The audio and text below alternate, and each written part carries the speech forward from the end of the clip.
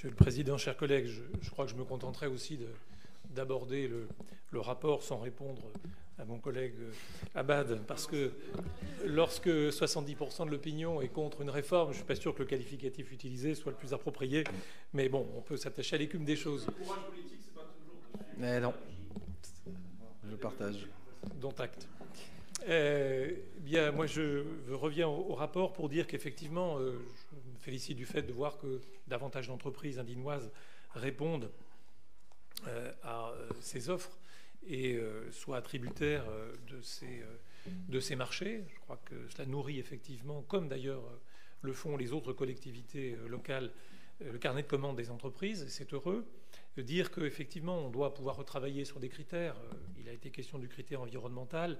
Je vais citer un cas que vous connaissez, que j'ai eu à connaître également dans le territoire qui est le mien, de constater qu'au fond, des entreprises jugées ont été notées, l'ont été au même niveau, alors que l'on savait qu'immanquablement, la production de ce matériau bitumineux allait se faire à 100 km pour l'entreprise qui a été retenue quand elle se faisait localement pour des entreprises qui ont été écartées.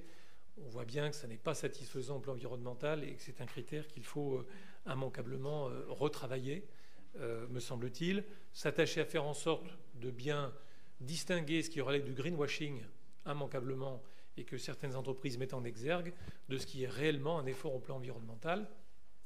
Et c'est vrai que la proximité, et on le voit dans ces chiffres, doit jouer parce que des entreprises de l'Ain, cela signifie aussi des hommes, des femmes qui vivent dans ce territoire. Et donc la question des déplacements, y compris des agents qui seraient amenés à intervenir sur le chantier, peut être considérée. C'est aussi une question du bilan carbone que l'on demande aujourd'hui aux entreprises. Et d'ailleurs, une belle démonstration en a été faite à l'occasion de notre assemblée samedi matin du syndicat d'énergie de l'Ain, où effectivement une entreprise est venue témoigner de la manière dont ces chantiers aujourd'hui devaient être analysés au plan de l'émission des gaz à effet de serre, pas simplement du CO2, mais de l'ensemble des gaz à effet de serre. Donc je crois que ce critère environnemental, il doit être effectivement retravaillé et en tout cas bien faire la part entre ce qui relève d'un propos, d'un discours ou d'un écrit, de ce qui relève d'une réalité.